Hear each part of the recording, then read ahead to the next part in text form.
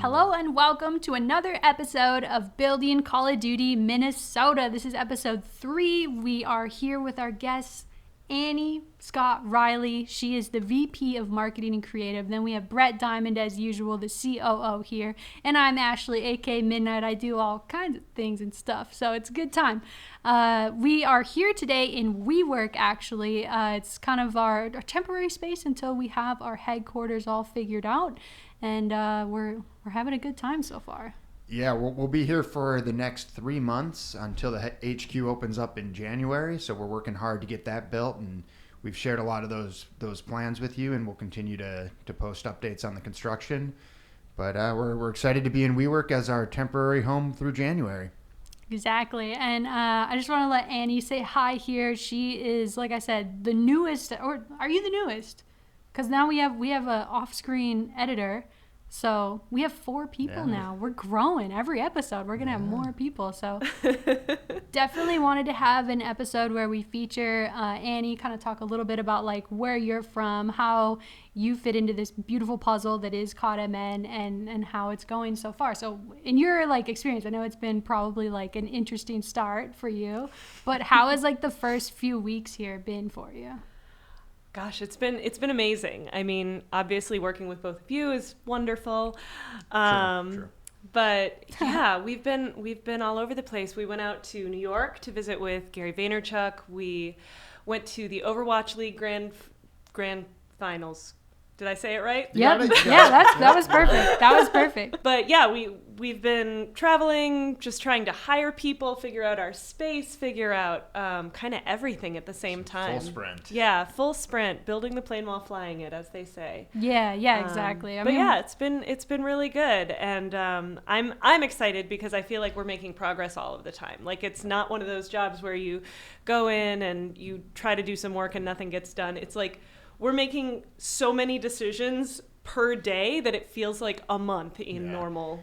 Well, we've called it reverse dog years, where we have to do the same amount of work and decisions need to get made in a week that you would normally do in a day. And that's really, we're building this thing brick by brick. So we got to keep hustling and every step along the way. But yeah, I will say one of the things I'm really excited about as we put this core team together, and these are some things that we, maybe some people may have heard this in interviews early on as we were getting started, but when we first formed the team, we talked a lot about trying to bring people together from different viewpoints and different perspectives, and that's one of the reasons that that personally I'm really excited about this team that we've started forming with Ashley and Annie. Obviously, Ashley brings 10 years, 10 plus, a lot, esports and Call of Duty experience. Yeah, pure esports experience. Myself and our ownership group coming in with the traditional sports experience. And then Annie brings a unique perspective where she's coming into it with an outsider's view coming from, and she can, I won't step on her, you can give your background, but coming into it with perspective of someone that hasn't been in esports or traditional sports, but you're a gamer, so you can look at it from the perspective of a fan. Yeah. So my experience, I was most recently an editorial director at Aveda, which is headquartered here in Minnesota. And prior to that, I spent 7 years in agency land, so advertising and marketing agencies, both here in Minneapolis and in New York.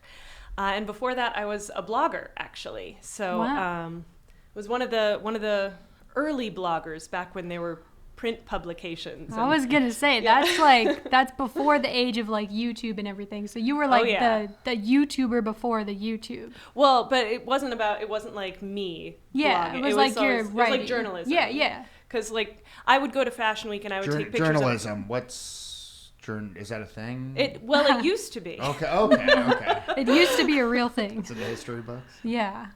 No, it was so funny because around the time that I was in my heyday of my blogging career, I remember Newsweek got a Tumblr blog, and everyone was like, "Why would a media publication get an internet website? This is suicide!" And of course, we all know how that turned out. Yeah. So I used to write about other people and things, not about myself being at the things. But, okay, so that makes sense. Yeah, but I used to write like 10, 15 articles a day to afford my New York rent. So there you go.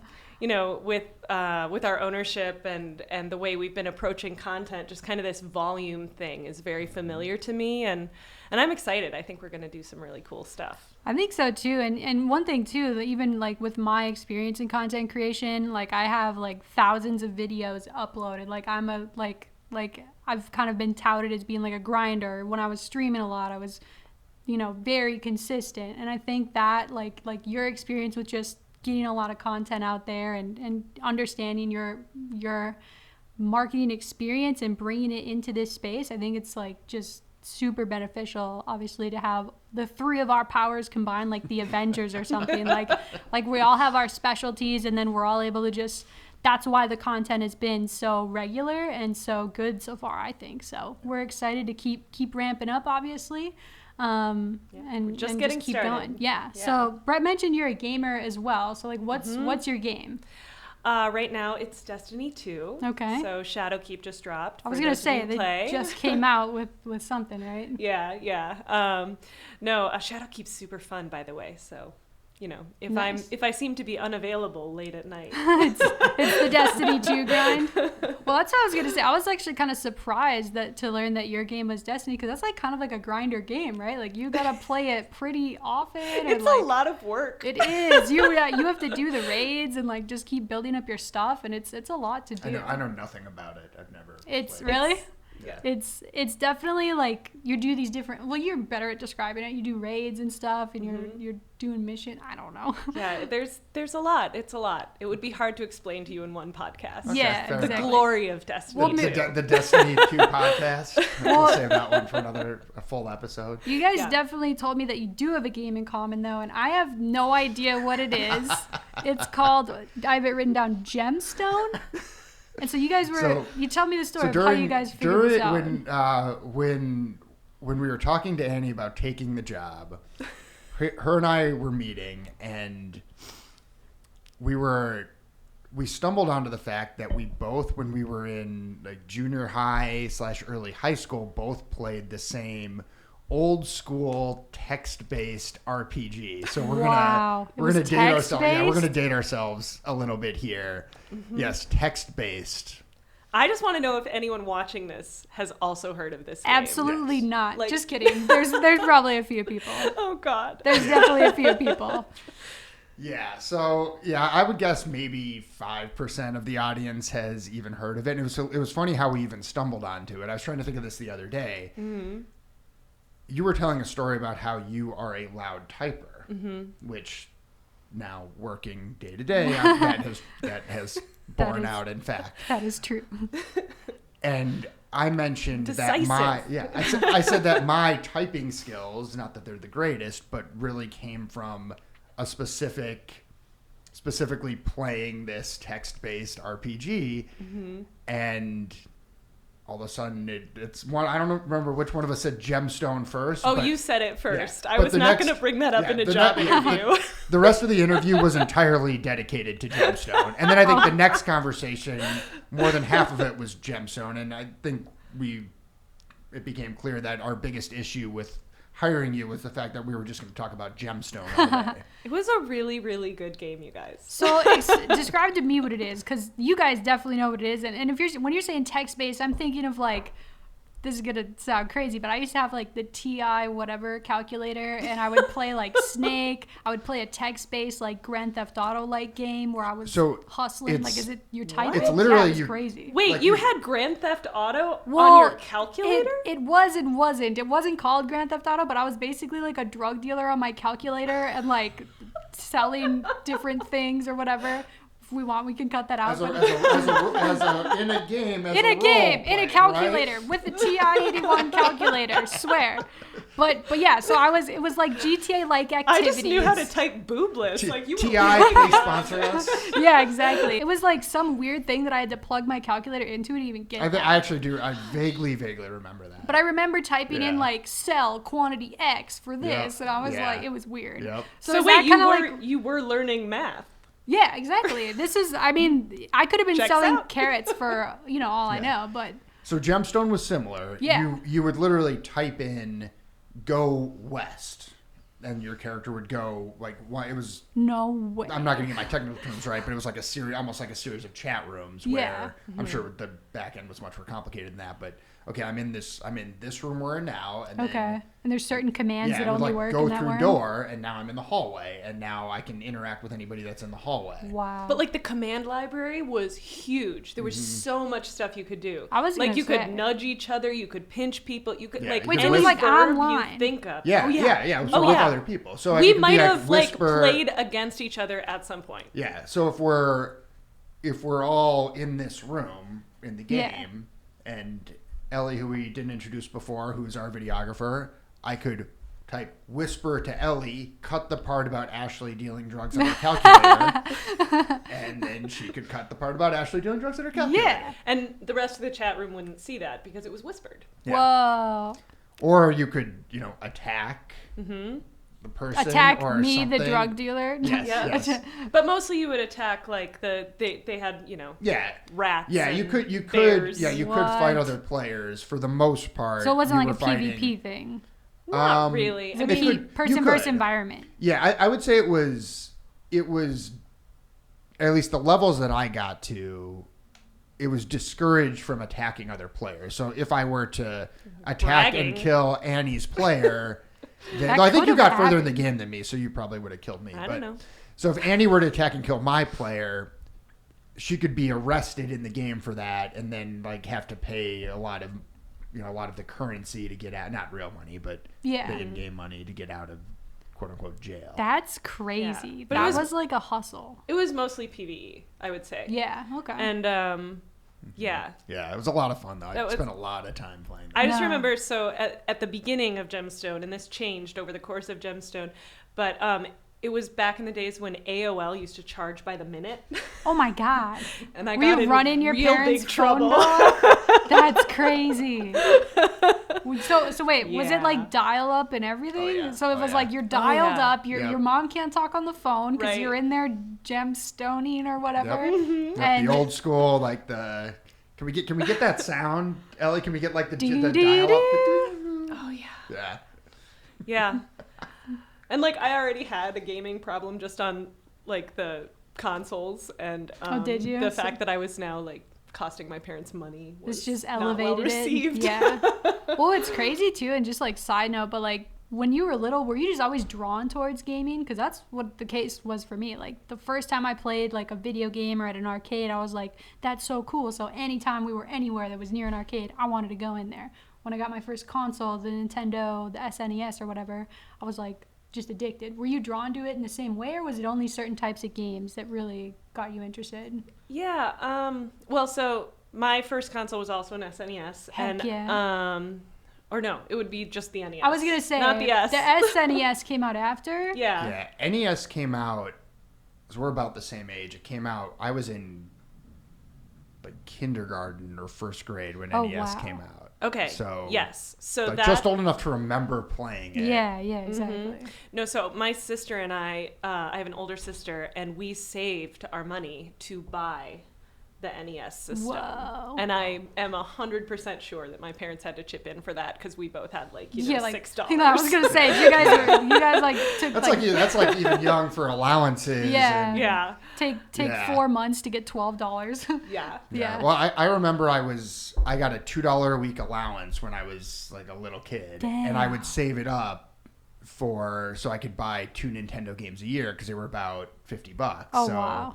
like basically, and I mean, got presents for holidays and birthday and everything, but it was like in my head, I could get 4 games a year, so you could get present for the holidays, a present for my birthday, and then I saved up for my $2 a week went to get 2 games. The hustle, year. man. Oh yeah. That's amazing. Ooh, Jinx. Jinx. That's super cool. And now that you work in gaming, like I saw you tweet a few weeks ago, well, maybe it was a month ago at this point, I don't remember, but you were Dog years. yeah, exactly. You were like, It was 3 days ago. I can't believe like it is like somebody's playing video games right now, and usually I'd be like, oh, I should stop, watching this and get back to work, but like now it is your work. So talk about kind of like obviously coming from the traditional angle that you have now coming into the gaming space. Does it feel strange, or how does it feel, I guess? Because I've been working in gaming for so long that I'm just like, this is normal life. So how is it for you going from super traditional to still like we have a traditional workspace, but you know, it's gaming based? Is it different? Yeah. I mean, it's hard to say because the big thing that's different for me right now is just that we're a startup. And I've never worked in a startup before. And so it's kind of like this all hands on deck situation where we're doing everything. For sure. But there have been these moments of like, you know, we're talking to people who are the best in the world at playing Call of Duty. And that is so cool. Yeah. Or like when, you know, when we have an event where people are gaming and we're just watching them. And that's our job for that moment. Like that, I mean, no, exactly. These glorious moments of like, this is the greatest industry to work in if you're a gamer. I mean, it's so much fun. And yeah, I'm getting a ton of enjoyment out of it. It's different working in a startup atmosphere. Yeah, it definitely is. I mean, I've only worked in 2. So recently down in Texas when I went down there for a couple of years, and then obviously here, and even when I walked into that workspace, like I wasn't at the ground level of that. I was walking in, there was already like just too many different cooks in the kitchen. With this, it's like we're rolling up slowly but surely. I wouldn't say it's slow, but it's definitely not too quick either. You know, Right. we're onboarding a lot of people, and like you said, it's a hands-on deck situation, so everyone's kind of doing a little bit of everything. And then, you know, obviously when you're in a more focused role, like that's kind of going to be your gig. But come to talk about like what's been the best part so far of like what you've been doing. Like, is it kind of like looking through the onboarding types of emails and applicants, or is it setting up like for certain things that we're going to be doing in town, or what's kind of like your favorite thing so far? I think for me, it's getting excited about 2 things. The content, obviously, and ideating all the different types of content we're going to be making. Yeah. And then the events themselves. The fact that, you know, in Minnesota, a lot of people haven't even heard of esports. They don't even know what it is. Sure. So we get to tell them, and we get to sort of invent that first experience for them. And I think that is so exciting. And I'm just really excited to put together an event that just takes their breath away and makes everybody esports fans for life. Yeah, a funny thing, I'm sure you both experienced this, Ashley, probably you going back in this space for a long time, and probably a lot of the listeners as well, but it seems like anytime I talk with someone who hasn't heard of it or doesn't know anything about it, within the next time I see them, whenever that is, a couple days later, a couple weeks later, suddenly now they're like, oh yeah, now I see it everywhere. Like once esports gets on someone's radar, now they're paying. Now every time they hear about it, it's like background. It's like, oh yeah, now I know someone who's doing something in there. There's like a word for that. It's like the first time you hear a new word, and then all of a sudden you read and hear that word like 2 times in the next week. You're like, what the heck? So I think it's kind of the same thing. Like when people first learn about esports, they're like, usually the reaction is, they made what? How much money doing what? What? That's not, all they do is play video games. And obviously there's an entire infrastructure, and there's so much that goes on to get to that moment. It's not like, okay, this random person got selected to play for this amount of money. Like it's a whole career path at this point. And so now once people learn about that though, you know, and they say, oh, well, you know, my kid plays video games, or I know Call of Duty, I play Call of Duty. Like it's awesome to see people learn about it. Yeah. Well, the way I explain it to people, whether it's, you know, family members, and I got some funny stories there, I'm sure everybody does, or, you know, media that aren't familiar with the space, at the end of the day, when you get together, when you have someone that is the best at the world, best in the world at what they do, whether that thing is throwing a ball to somebody who will catch that ball, or singing, or playing an instrument, or, you know, moving your fingers in response to something you see on a screen. If you are the best in the world at something, and there are people that are interested in watching that thing, you know, that is entertainment. And you can call it, you know, you can call it a sport, you can call it entertainment, you can call it whatever you want. There's something, you know, there's clearly, you know, a growing audience for these things, and people that have been, you know, been involved in it for, you know, for a decade plus. And there are others that, you know, it's been on, you know, people like us who it's been on our radar, but we haven't been directly involved in it. And then there are people that are hearing about it for the first time, you know, because they, you know, they saw something on TV, or they, you know, they saw it on Twitter or whatever. A funny series of conversations that I had. So we announced this team on July 1st. I remember And it so like it right was before, yesterday, yep, man. Yep. So excited. Yep. So we announced this team on July 1st. And so right after that, 4th of July holiday, spending it with family. It's my birthday. Including... Thanks that's for right. thanks that's for right, the birthday present. Yeah, that's right. Yeah, Super you got sick. it. You got Your it. birthday's the 4th of July? Yeah. That's I so love cool. it because everyone's always in a super happy mood that And I think day. one of our play is... Yeah, Silly's birthday Is is it- July is it- 4th. okay, yeah. Shout Oh out my to gosh. Silly. We share B-days. Yeah. There we go. We're gonna I'm have July a 10. bash. I'm Oh, July really? 10, yeah. Heck yeah. We're All gonna have a right, big, so the week of July I was gonna say 4th cancer podcast, party. it'll be a big, Yeah, exactly, it'll be a right? big birthday party. Huge. For, We're having a bash. for Ashley, Annie, and Justin. Heck yeah. So it was very funny right after we announced to then have, a bunch of family members together, and we're doing the normal 4th of July stuff. We're at a cousin's house with the pool and the barbecue and everything. And talking to several cousins of mine that are several years older, and they just had no idea what this is. And it was very amusing to just explain it. Yeah, And then, one cousin, I've heard of, is Ninja? Is there a Ninja? Yeah. Do you know of Ninja? That was what one cousin said. And, now like their kids are teenagers. So they were just like, they were eating it Yeah, up. they were And- like, heck yeah, Brett, exactly. you're the cool uncle now. Yeah. So I went from like probably their dorky older cousin to like now some like, Brett's doing something cool. Brett's the man. Yeah. But I'm sure everybody's got those stories. Yeah, of, yeah, for talking to sure. family or friends and trying to explain it. I think Ninja's done an amazing job being almost like a gaming ambassador at this Yeah. point. Like he Yeah. blew up. I mean, obviously I've known Ninja since he was competing in Halo, right? And then so obviously Fortnite took off. He took off with it. It was all about great timing, work ethic, everything kind of a little bit like what we talked about in the last episode. And now like he was just on The Masked Singer. Like he's gone on Family Feud. Like he's full Yeah. mainstream now, and the mainstream loves him. And I think that's only good for gaming, right? It like Yeah. what is it? Rising tides raises all the ships. Did I say Something that like right? that. I Yeah. think I Yep. screwed that up. I think Rising the more tide lifts all esports- boats. Lifts all boats. Something there. Yours is good enough. We'll go with that. Elevates everything. Yeah, Like it's yeah. elevating the whole thing. And I think like that just first, even if it's who's Ninja, I saw him on Fallon, or Call of Duty, I see ads for that all the time. Oh, we have a team now. Like it gives them a purpose or like something to be excited about. And that's obviously what we're trying to build here. Is we're trying to build an awesome team, an awesome culture, awesome content.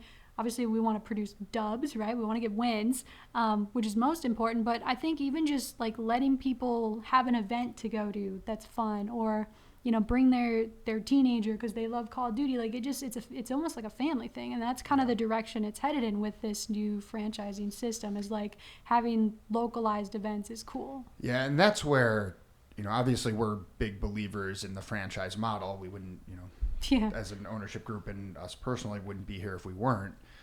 But I think that's where some of the big opportunity is, where you give people that are in Minnesota or whatever city the ability to draw them in from a community aspect and to say this is your team too. Mm-hmm. And hopefully we can bring in a lot of people that I would say even maybe like Annie and I were played a ton of video games, big fans of whatever games we played, but not necessarily big esports fans watching on a day-to-day basis. Like I followed it with a fascination from a kind of a professional level, watching it evolve. Yeah. But not necessarily as a fan of the game itself. And I think there's a lot of people that we can reach into and bring into the fold in that way through the franchising model. I think that's true for sure. And like, just like you said, like building a community around it, I think that's really cool. And we're going to get people super interested via the content, which is kind of like where me and Annie, we're going to be working like really closely with this stuff. Because like you mentioned at the beginning, like you guys went out and met up with Gary V and got to kind of roadmap a little bit. Like, what do we want to do? How do we want this thing to work? And I think people will be surprised where we get eventually with how hard we're going to go with content. But it's only like invigorated us, right? To kind of, he was calling it his religion, right? Like the content religion, the Gary V religion is something we're definitely into. So without like obviously giving away too much, what was like your big takeaway from New York that day, and how you view like the content kind of rolling out, and how you feel about working with me, someone who's esports like centric, and then like how do we kind of combine and make it freaking awesome? Well, I think, the big question in the content industry right now, in my view, has been quality or quantity. If we're going to put out a lot of content, and we are, not every single one of those things is going to be a $2 million advertisement or a $40 million advertisement. But at the same time, once you get to a high level of volume, even if you're comfortable with lower quality, it's like, what's your review process? A lot of this content we've talked about is going to be just about building this company and building the team, building a startup, and it's going to be almost kind of reality TV like, where it's just stuff that's happening around the office that we think will be relevant to you guys or funny or engaging in some way. And, you know, once that stuff starts happening, you don't want to have 15 senior management people reviewing it as it comes out. No, yeah, you're eventually going to have to get to that point. I feel like that was directed at me. No. Brett, stop. I mean me. Like, don't let me come in and go, actually, you should boomerang that. That shouldn't be a GIF. I think you're exactly right. Like, we got to kind of find the median, right? Because where I come from, like, obviously I've been like really consistent in everything that I've done with my particular brand. But when I'm thinking about like esports content, like we used to do at Optic, it was well produced, high effort. I mean, it wasn't like a $5 million commercial like you're saying, but it was high effort, like stuff that people really looked forward to. And so I want to keep that style of content still in our wheelhouse, but it's not going to be our main focus. And I think one analogy that you kind of gave to me that really helped me understand like kind of the in-between that we're going to do is we're going to have like these great big boulders of content, and that's going to be like your more highly produced, you know, like documentary style, whether that's with the team or how we're building it. I mean, this podcast is, you know, definitely not like one of the boulders, but it's kind of in the middle there. And then you have kind of little pebbles as you go along, so maybe that's like, you know, a cute little GIF you post on Twitter, or even just like a little snippet of a conversation, or like you're saying, like maybe it's a part of an Instagram story that we do, or, you know, it's those little pieces of content that make you feel like you're here with us, you're aware of what's going on with us, but then you can also look forward to those more highly produced pieces, whether that's, like I said, like a docu-series or just like more cool stuff that I don't want to talk about that we want to do, you know what I mean? So when we think about the influence of Gary on our content, you know, one thing that comes to mind, I think this podcast is a good example where, you know, we're going to build a kick-ass content studio in our permanent HQ that opens in January, and we very easily could have tabled producing much content until then, or just stuck to the player announcement videos or those sorts of things. But we felt like there was good opportunity and a desire from fans to hear from them. I guess we'll find out if people watch it or not, right? But as we think about that influence, when you listen to Gary's content over and over again, he talks about just getting started, just make the content, just do it. And even before our meetings with Gary, our conversations, we try to play out, okay, what would Gary say when we ask him this question or that question? Again, 9 times out of 10, it's just go and do it. Go do it. Yeah. When it's a big philosophical question, oh, should we start a podcast? Should we not start a podcast? Should we do this content or not? Should we run around the facility with an iPhone and just take 100 pictures and start posting them? Exactly. It's always just yes. Go make that. The answer is yes. Like we don't need to call Gary and ask that question. We know that the answer is yes. Yeah, and so we're going to have this awesome content studio in the permanent facility, and it would have been very easy to punt and not do anything until then. But we're here in a conference room at WeWork doing our 3rd episode. We shot the first 2 episodes in the conference room in the Vikings facility. We've got decent equipment, but it's nothing fancy. It's not anything that somebody couldn't just pull together. You can do one of these on your iPhone. I mean, like, I definitely stood on a table and wrapped a blanket around a light at the Vikings facility. That's true. Did we post that picture? We did not, okay. But we should have. We should. Yeah, we should have. We had to diffuse that light. It was too bright. There was a lighting situation in the other, and then people were like, "You guys look like you're being interrogated or whatever," like kept hostage, and we were like, well, we did. We had the 80s hostage video vibe. Yeah. So I don't know that we're quite out of the woods on that. But we'll see. The commenters can tell us, or maybe now that Ellie's on board, maybe she can work some editing magic. Yeah, we're making it work though, and then like you said, we were kind of getting this all situated, and then obviously once we're in our permanent space, that's where you're really going to see like, ooh, a little fancy little podcast setup.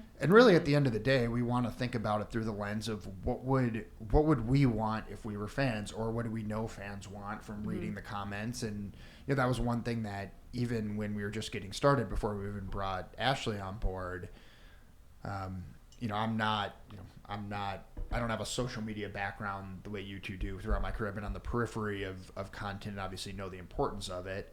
But even from day one, we prioritized, responding to comments, literally read every comment about our team and tried to respond to as many of them as possible, tried to respond to as many DMs as possible. Frankly, that's gotten harder now that we have, 18,000 followers than when we had 1,500 followers. Yeah. But it's certainly something we want to get back to in terms of, a level of engagement with, with anyone that cares enough about this team to comment on what we're doing or send us a DM. So, if you've DM'd us and we haven't responded, hopefully we will get back to everyone at some point. Yeah. It might take a little while. We got to staff up a little bit. That's the plan. We're trying to get to as many as possible. We're reading them, though. Yep. We're reading them. Yep. So if you're sending us stuff, please know we are looking. We just don't always have the bandwidth to get to everybody. Yeah, and honestly, let us know what you want us to cover in these podcasts and content in general. I mean, we're not doing this just for shits and giggles. Like, we want it to be something that's entertaining and that, that fans want to see and hear about. And you guys, whatever you suggest that we should make content about, we know that Gary Vee would say, yes, go do it. Yes, go do it. So if we're ever like, hey, Gary, what do you think about this? He's most likely going to say yes. And I think that just speaks to like all of our experience kind of coming together and like how we want to be branded. We want to have our own flair, but still be like really regular. Like something you said kind of the other day was, it's not going to be like an actual reality show, but they're going to be so involved in seeing so much stuff from it that, it is kind of a reality show. And it's, and I totally understand like other teams, not really coming out with a lot because a lot of it's like, there's a lot of moving parts, but truthfully, we're the team with the newest faces, right? With everybody coming in, obviously, like getting me and having the esports knowledge has, I'm assuming, been super helpful. Like we talked about in the last episode. Yes. Okay, yeah. So it's definitely helpful, but still, like, why not just go and do it? You know what I mean? And I think that it just speaks to like kind of the culture that I've been from and the way that I handled my own brand. And then, Gary Vee and everyone kind of having the same like mind. Our compass is pointed the same way on it, and that makes it easier. One thing, Brett, like in one of our first conversations, you mentioned that you'd been recording things like meetings and certain decisions that were being made. And I was like, I think you might remember me saying, I was like, that's amazing that you guys have the foresight. Because this is before I knew like the content model that we were looking at.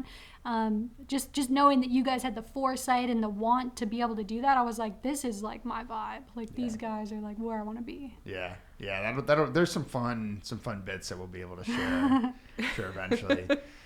A big part of it too, and you alluded to it, Ashley, as like we are the newest team, the newest group from the other 11 teams or 10 of the 11 teams are in OWL. The London team is the only other one besides us that's not. And that group has a long history in esports. We're really the only team that's building it from the ground up, and we talked a little bit about it last episode as it related to players and player acquisition. But with that, and you even look at this market where not a lot of really no big esports events in the Minneapolis-St. Paul market or really the broader region until you get to Chicago. For those reasons, coming out of the gate with just some content was 100% necessary. Like every team can figure it out for themselves. If you're a team that has an established brand, you can probably afford to chill a little bit, and you come out of the gate. I'm sure everybody at some point will be producing great content, and I hope everybody is, right? Like that's great for the league if all 12 teams are killing it. But for us to try to establish ourselves, it's a no-brainer to try to do as much as possible, within reason and within bandwidth. Like we are building a staff, but for the most part, it's it is and has been just really the three people here for a long time on in terms of content. We've worked with some great people that we've brought in.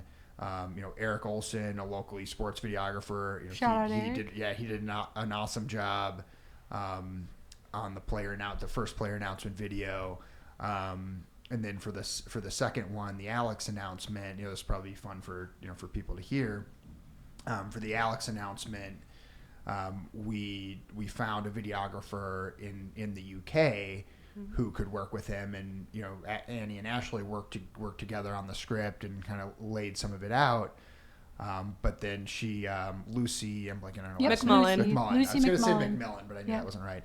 Lucy McMullen, that was awesome, super creative. And Yeah. she went above and beyond. Yeah. I think she did a great job taking the outline that you two had given her and then kind of added a little bit of flair to it. And it was just a fun video. That Sick eagle, announcement. that bald I eagle know. moment.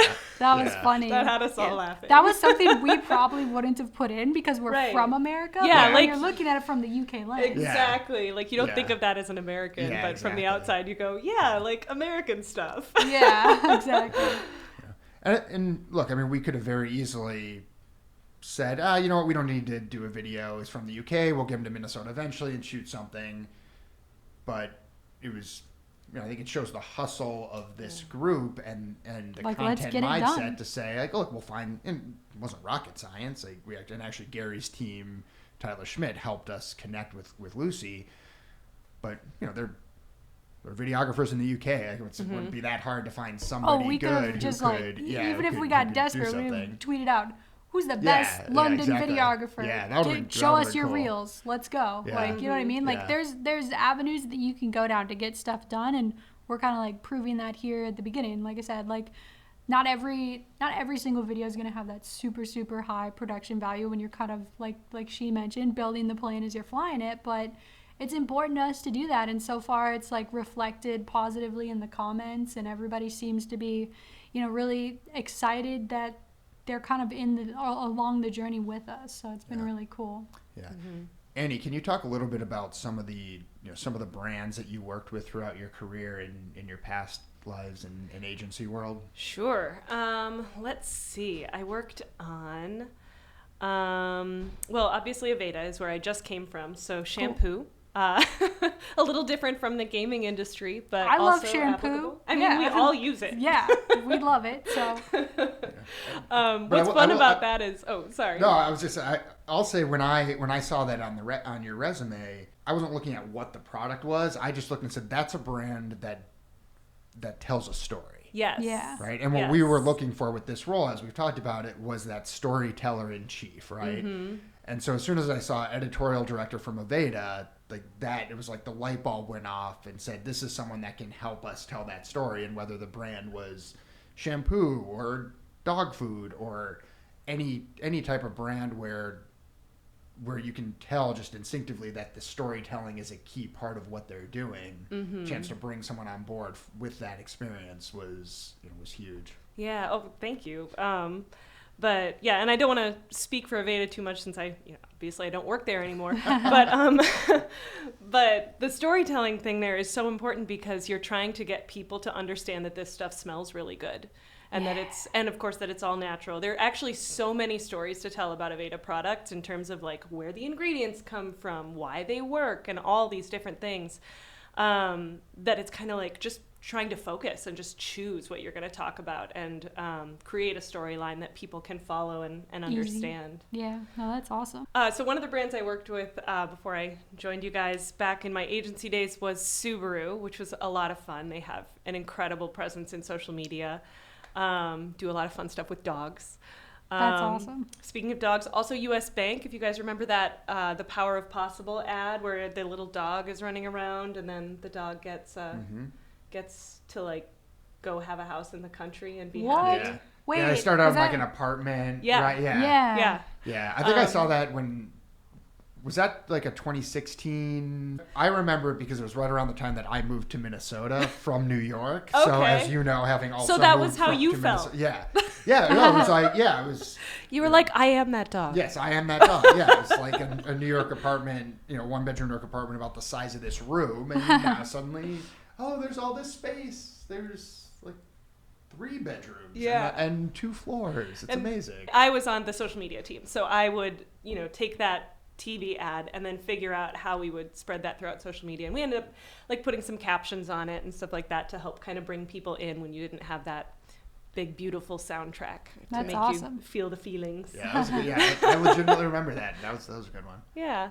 Cool. Jack Links I worked on. I briefly did a lot of analytics reports about Sasquatch on Twitter. That's funny. Yeah. I don't know. Do you want to talk about more brands? I worked on Cadillac when I was at Fallon. I led the social media team for Cadillac. That's cool. And that was one experience I had where it was kind of coming into this world that was all advertising and super high production value, and I was able to come in and be like, no, but like, can we just take a Cadillac and like drive it around and take some pictures of it? Because people really like to see pictures of the Cadillac on the Cadillac pages. Like a real, like what feels like a real picture instead of like a blank green screen. I don't know how they used to do it, but just a little more real for social media, because that's what really gets people following. Well, and not just that, but like you don't necessarily need like a whole crew. You can literally just go take a picture of one, and sometimes, and not in every situation, but sometimes that scrappy content is enough, and it's just what people want, and it keeps your content flow going. Speaking of brands and branding, this last week there were some happenings in the scene about branding and names of teams. What's kind of like, obviously we're not going to go too far into it. We can neither confirm nor deny anything that's out there. Exactly. I think we can maybe talk a little bit about why our branding is important to us as a team, and kind of, you know, what we think about it so far. Stuff we can say, because obviously, you know, we're going to do our own thing to show you what it is. Yeah, look, we're looking forward to really, truly unveiling the brand in a couple weeks here. You know, we can't confirm or deny anything that might have floated out on the internet over the past week.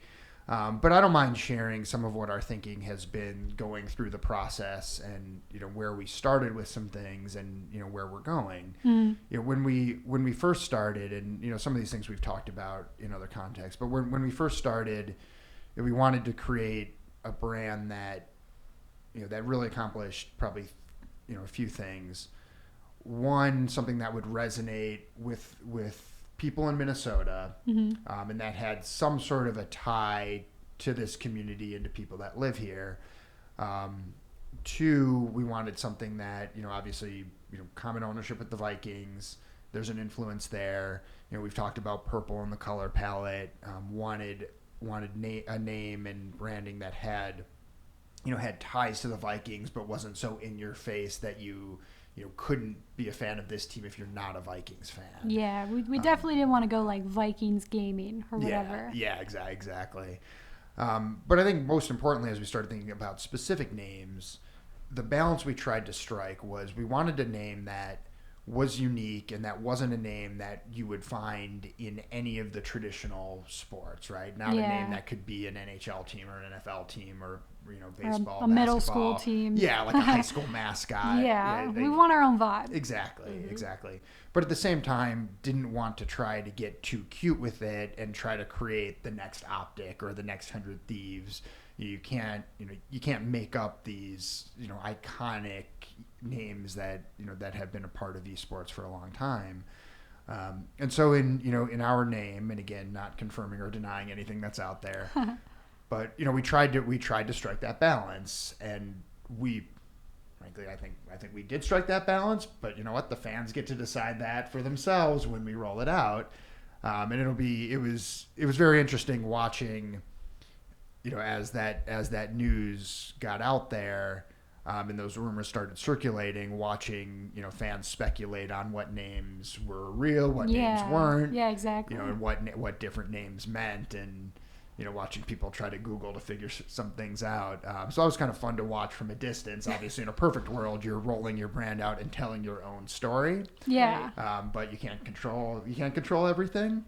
But we're excited to really roll that out and really tell the story of what our brand will be, you know, pretty soon here. Yeah, and I think we want to also be able to share like why it's important to us. Like you mentioned, like we don't just want to have like a generic name that could be any team's name. You know, we wanted our own unique story and frankly like unique history with like Minnesota and tying it into the Vikings, but like you said, not being like, oh, that's the Vikings team. Like anybody could, I think, be a fan or at least understand like the history of the name. And, you know, obviously I think it's a cool name, but it's also like on us to help you guys get tied to it, to bring you guys great content and make sure you feel like you're a part of the community. at the end of the day, it's what you do with it that counts. Yeah. For sure. I mean, for example, the logo, right? Like, so sick, dude. It's so sick. It is. Okay, sorry. It's so sick. Sorry. It is. Go ahead. The logo. But it's such a question mark, right? Because, not confirming or denying, but if it is what people think it is, it's like, what's the thing for that, right? Yeah. That's a lot more important, I And think, than that the was a name. big exercise. And I'm excited to show everybody what the team came up with. Can I tweet it? No, I'm just kidding. No. I just want to be like, dude, this is what it is. It's on this phone. On my phone, too. Right here. It's actually right on this wall. Just kidding. It's not. Yep. One day it will be, though. But Both of you stand down. yeah. And he's like, no, we can't do this. I like it, though. I'm excited I'm just so excited about everything for this team. I tweeted this last week. Like, every time I think I'm like at max capacity for excitement for who I'm working with, what we're doing, the direction we're going, something else happens, or I get sent something from one of you that it's like, dude, what do you think about this? And I'm like, that's so sick, dude. Like, I just get more and more excited. So I don't know, call me like the hype beast of the team, I guess. But it's so exciting to get to like live this reality and bring it with you guys, bring you along for this podcast. This is a little behind the scenes little look. I think we're going to do I don't know what they'll be called just yet. We want to do other podcasts too, but this one right now makes the most sense because we're in the middle of building this thing. Like, we're onboarding people and you've been instrumental so far in everything that you've done. So I think we're excited to bring you more. I feel like unless you guys have any lingering just thoughts you want to get out there, we could end this show and be on. Yeah. No, well, we'll keep having, as new staff come on board, we'll have more people on. We've got players that are starting to move to Minnesota. Assault is here. Yeah, Assault is here. He drove up. I think it was snowing when he drove up. Oh, so, wow. he got his first taste. Well, he's from Chicago. Yeah, he's from so Chicago. So he knows the deal. He likes the cold, he said. Saint moves up soon. Awesome. So we'll have those guys on the podcast. We'll definitely start to bring in guests from, other areas of, either the industry or there's some, I've enjoyed learning, some of what is going on already in the local esports community here in Minnesota. So we'll have some of those folks on to talk about some things. And yeah, that'd be awesome. Yeah. We're gonna build out like a nice temporary studio here in our WeWork space. So we're excited about that. And it's cool. It's a cool vibe here. It's definitely, I guess you two probably like it more than just all of us cramming into my little office over I kind of liked that because I got to say hi to Mike Zimmer one time. So that made my month pretty much. But no, this is really great too. I'm excited to be back home at the Vikings headquarters eventually. We're going to have our HQ right on the same campus. So stoked for that. But also, I love the views down here and it's a good atmosphere. Yep. Cool. Right. Yeah. Okay. Did we wave? That was the most awkward ending ever. I'll do an outro, okay? Can I do my own outro instead of recording my voice later? I think we should keep all of this. Okay, great. Thank you guys so much for watching. Thank you guys so much for watching episode 3 of the Building Call of Duty Minnesota podcast. More soon. Make sure to check out the links down below. I'm trying my best to distribute this everywhere that you can listen to a podcast. So follow the links down in the description. Make sure to subscribe, leave a review. Tell your grandma or your cousin or whoever you know in Minnesota that likes games. Let them know that we're here. And that's about it. Thanks for watching, listening.